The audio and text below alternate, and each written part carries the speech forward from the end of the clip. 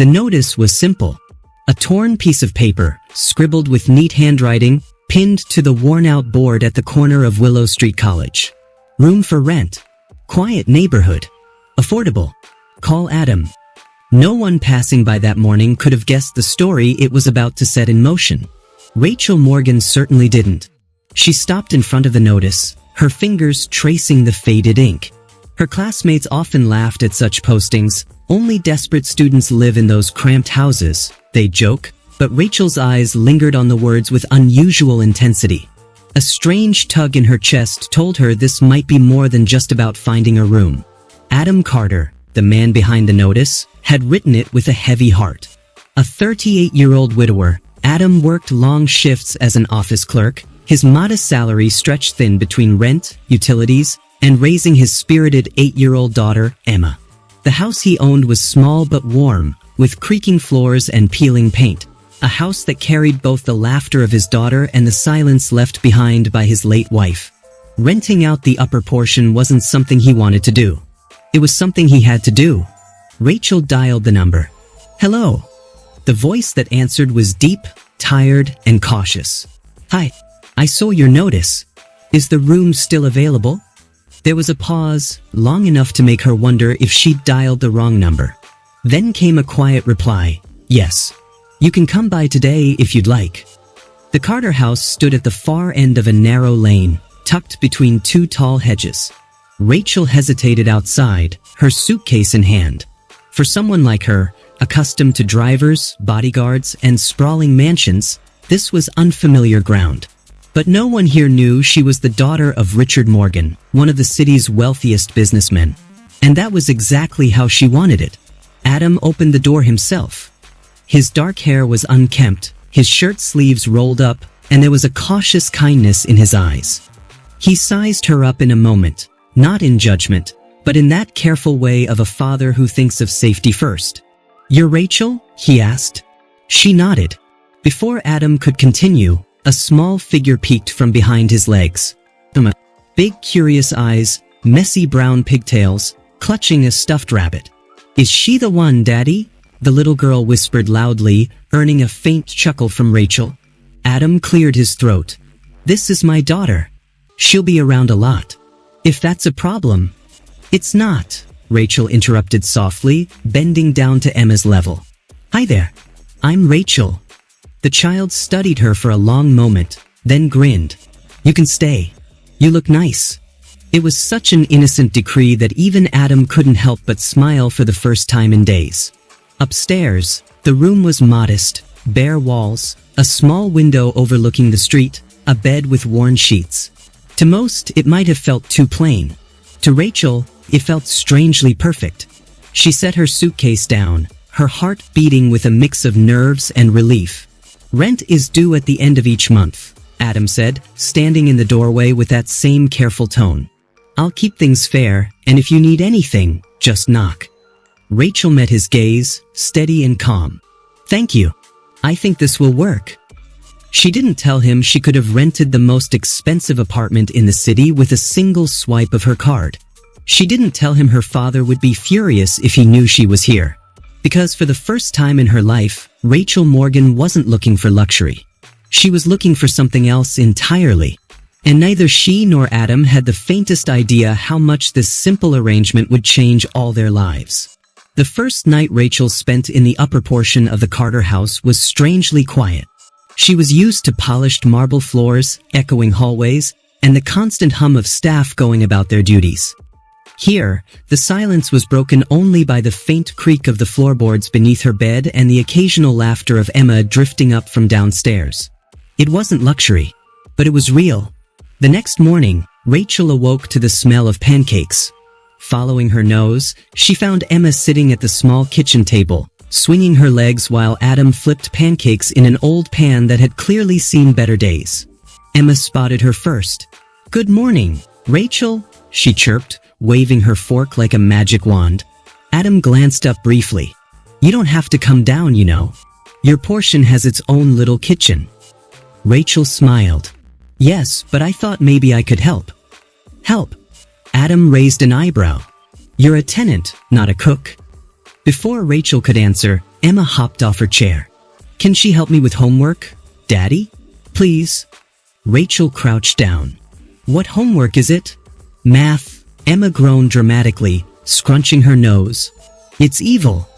Rachel laughed softly. "I used to think the same thing." And just like that, the first thread of a bond was woven. Over the next few days, Rachel settled into a rhythm. She attended college in the mornings, came home in the afternoons, and spent evenings often downstairs, helping Emma with schoolwork, listening to her stories, or even reading her bedtime tales when Adam returned late from work. It wasn't long before Emma started calling her Big Sister. One evening, while Rachel braided Emma's hair, Adam stood in the doorway, arms crossed.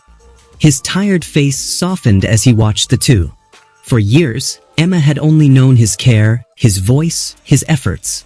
And while he never complained, he knew Emma had longed for a motherly presence, some feminine warmth that he simply couldn't provide. He cleared his throat. "She's taken quite a liking to you." Rachel glanced up, smiling faintly. "She's easy to like." Adam studied her for a moment longer. There was something about Rachel, her manners, her speech, even the way she carried herself, that didn't quite fit with the idea of a struggling student. But he pushed the thought aside. After all, everyone had their mysteries. The hints of Rachel's hidden life slipped out in little ways. Her phone, sleek and expensive, once lit up with dozens of messages in a group chat titled Morgan Family Gala. She quickly silenced it, pretending it was nothing. When Emma asked if she'd ever been to a fancy restaurant, Rachel smiled knowingly but didn't answer. Instead, she asked Emma what her favorite food was, and when Emma whispered, "chocolate chip cookies," Rachel promised to bake them one day. Another time, when Adam's old car broke down, Rachel offered to pay for the repairs, but she disguised it as, "I know a cheap mechanic." Adam politely declined, his pride stronger than his exhaustion. Still, she found quiet ways to help. She'd bring home groceries and claim they were 2-for-1 deals. She slipped a pair of new pencils into Emma's bag and said they were extras from college. Emma never questioned it, but Adam noticed. Late one night, after Emma had fallen asleep, Adam stepped outside to lock the gate. He found Rachel sitting on the porch, staring up at the night sky. "Do you like it here?" he asked quietly. Rachel turned to him, her green eyes reflecting the porch light. "Just more than I thought I would." Most students don't want to live in an old creaky house with a single dad and a kid. Rachel's smile was gentle, almost sad. "Most students aren't looking for what I'm looking for." Adam frowned slightly, curiosity stirring. "And what's that?" Rachel hesitated, then whispered, "A place that feels like home." Adam didn't press further. He simply nodded, though the words lingered in his chest long after he went inside. Neither of them knew it then, but the fragile threads of trust and belonging were already weaving themselves into something neither wealth nor hardship could have ever bought. Adam Carter was a man who knew how to stretch every penny. Rachel noticed it in the way he poured the last drop of milk into Emma's cereal and then filled his own cup with water instead. She noticed it when he stitched the sole of his old shoes rather than buying new ones. And she noticed it when he walked Emma to school in the rain, holding his worn coat over her head while he himself got soaked. To Rachel, these small details spoke louder than words. Adam was a man who carried the weight of the world quietly, without asking for help. One Saturday morning, Emma tugged at Rachel's sleeve. "Rachel, Daddy said we can't go to the fun fair this year. Tickets cost too much." Her little voice wavered, though she tried to sound brave. "But I don't mind." Rachel's heart tightened. That evening, she searched online for discount vouchers, determined to make Emma smile. A week later, Emma squealed with delight as the three of them entered the fairgrounds. When Adam frowned at the tickets, Rachel quickly said, "They were free passes from my college." "A promotion." Adam narrowed his eyes but said nothing. Emma's laughter was too precious to ruin with suspicion. Rachel continued her quiet kindness. She left grocery bags on the counter, always with the same explanation, 2-for-1 deals. She slipped fresh notebooks into Emma's school bag, claiming her professors gave her extras. When Adam's old car refused to start one morning, she arranged for a mechanic to fix it, leaving money in an envelope with the note, "college refund." Adam wasn't a fool. He noticed. He just didn't know what to say. Pride and gratitude wrestled inside him, but he let the charade stand, partly because Rachel's kindness was offered with such respect. One night, Emma had fallen asleep on the couch, clutching her stuffed rabbit. Adam gently covered her with a blanket before stepping onto the porch. He found Rachel there, sipping tea, her eyes distant. "You do a lot for us," Adam said quietly. Rachel turned, startled. Well, Emma's like a little sister to me." He studied her for a long moment. "You buy more than you should.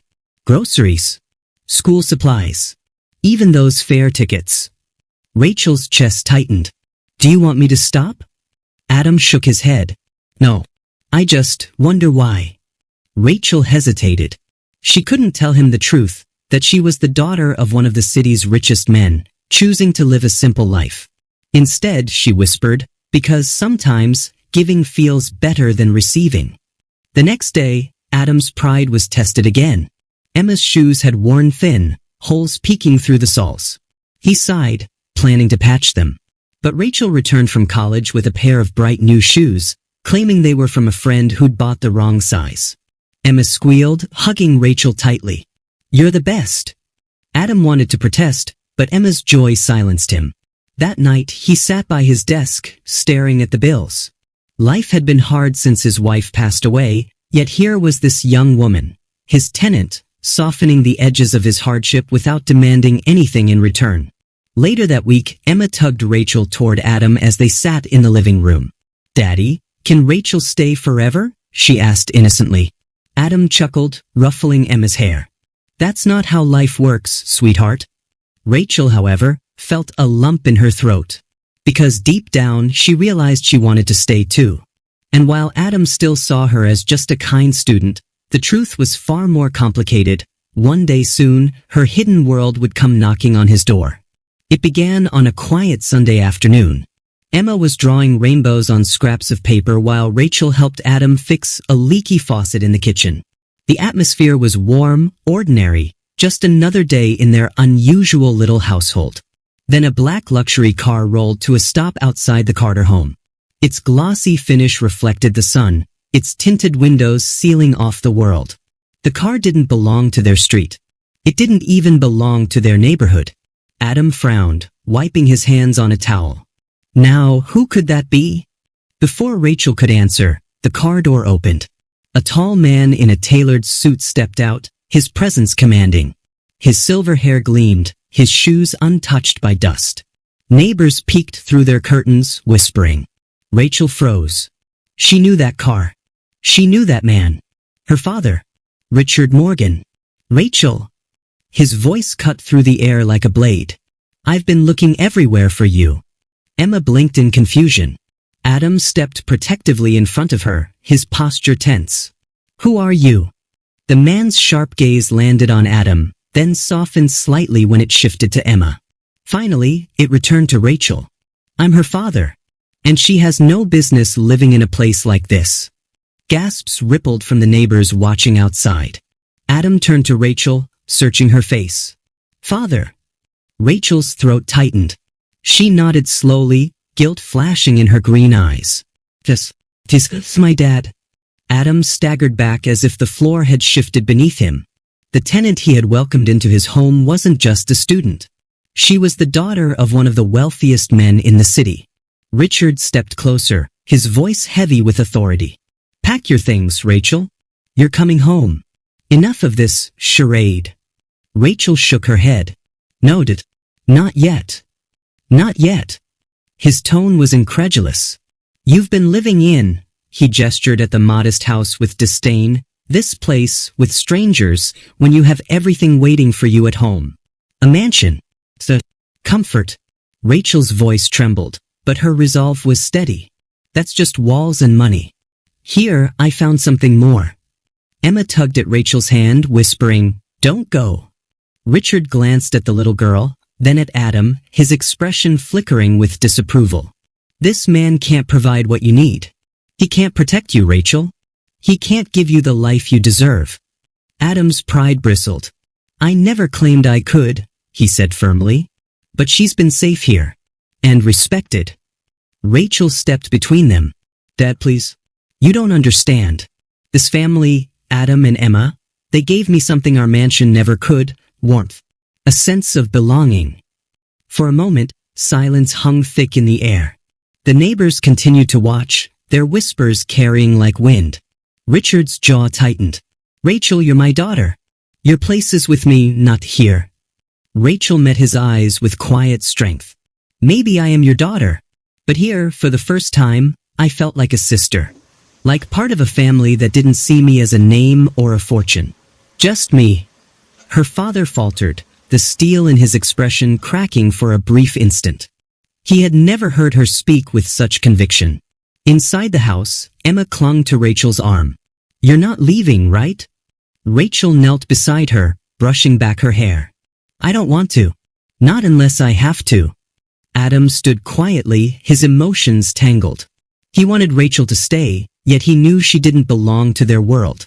Still, when he saw the tears in Emma's eyes, his heart ached. Finally, Richard exhaled heavily. We'll discuss this at home, Rachel. But for now, his eyes swept the room, resting reluctantly on Adam. I see this place means something to you. Rachel straightened, her hands still clasping Emma's. It means everything. And for the first time, Richard Morgan realized his daughter's heart might be richer than all his wealth combined. The Carter house had never felt so heavy. The quiet warmth Rachel had come to love was replaced with silence that pressed against the walls. Adam sat at the edge of the couch, staring at the bills scattered across his desk, while Rachel lingered by the window, her hands gripping the curtain tightly. Emma, sensing the tension, curled up with her stuffed rabbit, her usual cheer replaced by worry. Adam finally spoke, his voice low but steady. Rachel, your father's right. You don't belong here. Rachel turned sharply, her eyes flashing with hurt. Don't say that. I chose to be here. With you. With Emma. He sighed, rubbing his temples. You're different. Anyone can see it. Your manners, the way you carry yourself, even the way you hide little acts of generosity. I should have guessed you weren't just another student. Rachel stepped closer. So what if I'm different? That doesn't change how I feel about this place. Adam looked up at her, his dark eyes weary. You deserve more than creaky floorboards and patched shoes. You deserve safety, comfort. Things I can't give you. Rachel's voice trembled, though she stood tall. Do you think comfort matters more than love? Than laughter around a small dinner table? Do you think a mansion filled with servants feels like home? Adam hesitated. Her words stirred something deep within him, but his pride was louder. Rachel, your father can give you everything. I can barely give Emma enough. Emma, who had been silent, suddenly burst out. But you give me everything, Daddy. Her little voice cracked, tears welling in her eyes. She ran to Rachel, clutching her hand. And Rachel makes us happy. Please don't make her go. Rachel knelt beside Emma, hugging her tightly. I'm not going anywhere, sweetheart, she whispered, though her own eyes brimmed with tears. Adam's chest tightened at the sight. He wanted to believe her. He wanted her to stay. But reality pressed down harder than hope. That evening, Richard Morgan returned, expecting Rachel to have packed. Instead, he found her sitting at the dinner table with Adam and Emma, sharing a simple meal of soup and bread. Emma was giggling, Rachel smiling softly, and Adam, though quiet, watched with an expression Richard couldn't quite decipher. Richard's voice boomed. Rachel, enough of this nonsense. Come home. Rachel rose to her feet. Home? Dad, this feels more like home than that mansion ever did. Richard frowned. You're blinded by sentiment. This man, he pointed at Adam, can't give you stability. Adam stood, his jaw tight. He's right. I can't. His words were like a knife through Rachel's heart. He turned to her, forcing strength into his voice. Rachel, you need to go with him. You'll have a future there. Rachel shook her head fiercely. My future is my choice. And right now, I choose to stay. The room fell into silence. Emma's small hand clutched Rachel's, her tear-streaked face looking between the adults. Why can't she stay with us forever? She pleaded. For once, Richard was silent. his daughter's defiance, the child's innocence, and Adam's quiet dignity all struck him at once. He saw not just a struggling father, but a man who carried love with strength no fortune could replicate. Rachel's voice softened. "Dad, can't you see? Here, I'm not a millionaire's daughter. I'm just me. And that's all I want to be." Richard exhaled slowly, his shoulders dropping. For the first time, his certainty faltered. Adam, torn between pride and longing, looked at Rachel, knowing that no matter what decision was made, nothing would ever be the same again. The night after Richard Morgan's confrontation lingered like a storm cloud. Rachel barely slept, her mind torn between loyalty to her father and the warmth she had found in the Carter home. Adam paced the small living room, the weight of unspoken feelings pressing on him. And Emma, innocent yet perceptive, clutched her rabbit as though afraid it might all slip away. The next morning, Richard returned, this time without the sharp authority of a businessman. His suit jacket hung over his arm, his face lined with exhaustion. For once, he looked less like a tycoon and more like a weary father. "Rachel," he began, his voice softer, "I don't understand why you've chosen this life. But I see you found something here. Something money never gave you." Rachel's eyes widened. "You mean you'll let me stay?" Richard hesitated, then nodded slowly. "If this is what you want, then yes. I won't force you.